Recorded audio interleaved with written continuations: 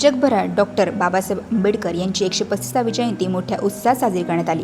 नाशिक जिल्ह्यातही ठिकठिकाणी विविध कार्यक्रमाचे आयोजन करून अभिवादन करण्यात आले। तालुक्यातील गंगापाडळी गावातील जिल्हा परिषद शाळेत देखील जयंती उत्सव उत्साहपूर्ण वातावरणात पार पडला। यावेळी विद्यार्थ्यांनी सादर केलेल्या विविध सांस्कृतिक कार्यक्रमांनी उपस्थितांची मने जिंकली। प्रेरणादायी भाषणे, देशभक्तीपर गाणी आणि नृत्य सादरीकरणातून विद्यार्थ्यांनी भारतरत्न डॉक्टर बाबासाहेब आंबेडकर यांना अभिवादन केले।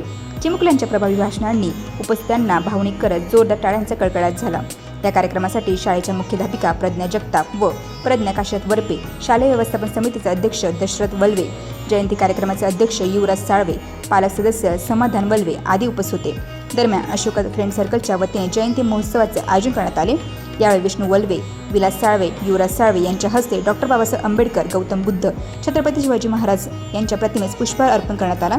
त्यानंतर अरुण साळवे यांनी तिरुचरण, पंचशील आणि बुद्धवंदना घेऊन उपस्थितांनी मानवतेचा संदेश दिला। या प्रसंगी अशोका फ्रेंड सर्कल सदस्य, महिला आणि गंगापाडळी गावाचे ग्रामस्थ मोठ्या संख्येने सहभागी झाले होते। एकूणच भारताचे पहिले कायदेमंत्री आणि भारतरत्न डॉक्टर बाबासाहेब आंबेडकर यांची जयंती नाशिक जिल्ह्यात उत्साहात साजरी करण्यात आली। त्यानंतर दिलेल्या समता, न्याय आणि बंधुता हा विचार अंगीकारण्याचा संदेश यावेळी देण्यात आला। नवतेज महाराष्ट्र ब्युरो, गंगापाडळी, नाशिक।